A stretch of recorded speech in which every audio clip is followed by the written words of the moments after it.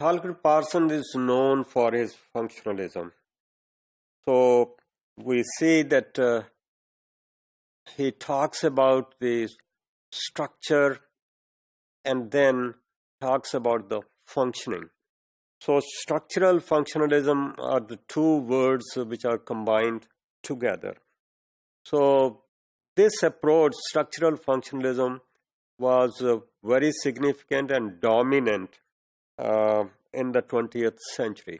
So that dominated the sociological theory at that time. So Parsons tried to explain how the various parts or institutional subsystems of society are connected with each other, and then they try to perform function. Each part tries to perform a function in such a way that the whole system becomes functional. So different parts contribute to the functioning of the total system.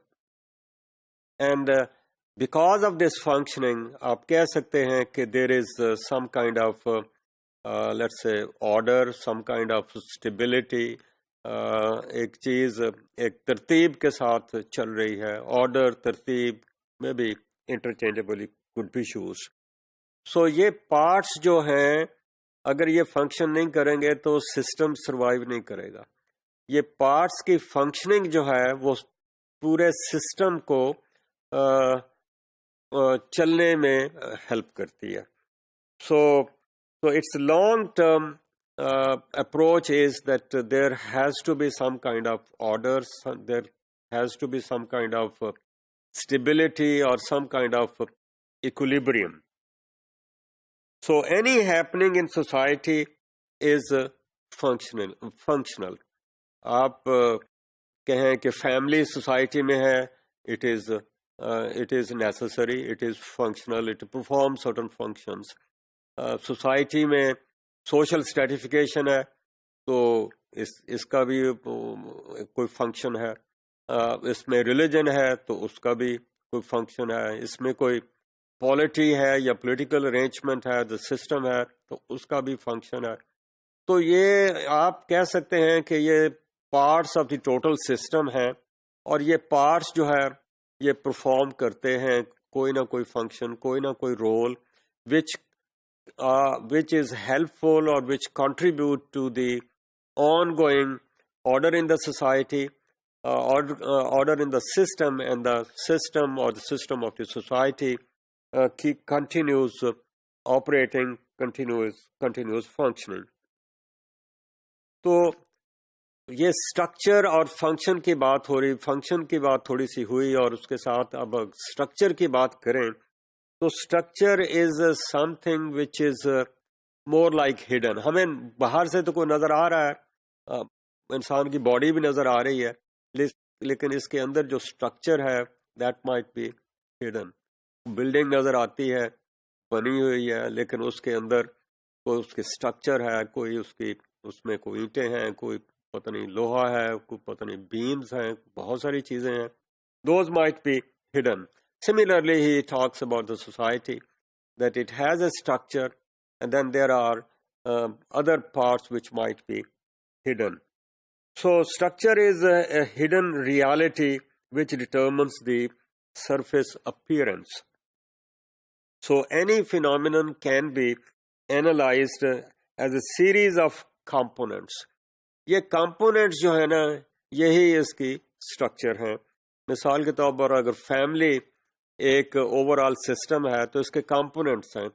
Components father है, mother है, parents हैं, husband wife है, children हैं, then other relatives हैं.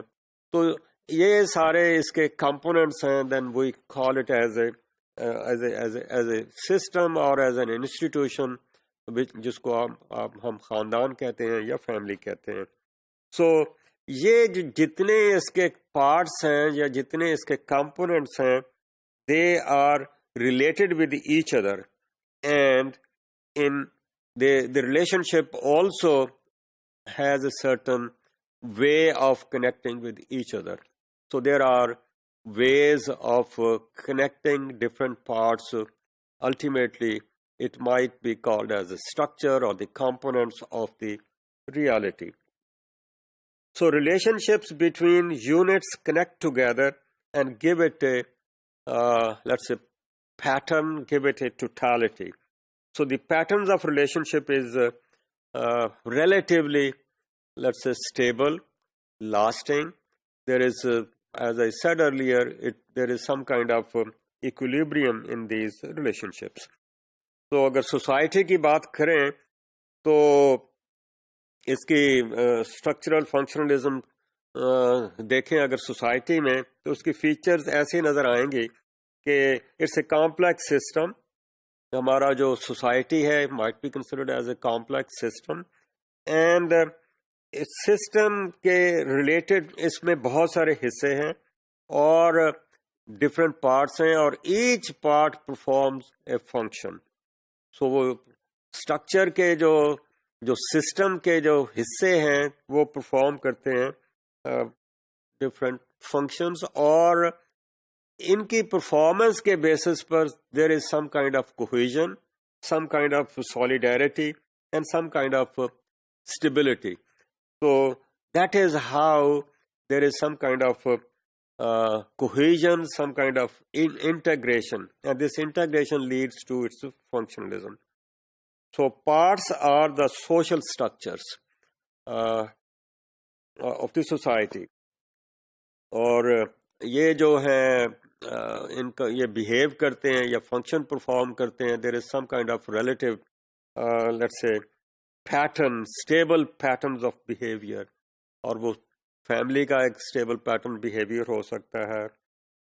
एक customer जो है shopping place पे एक पैटर्न हो सकता है, क्लासरूम में हो सकता है, वर्क प्लेस पे हो सकता है.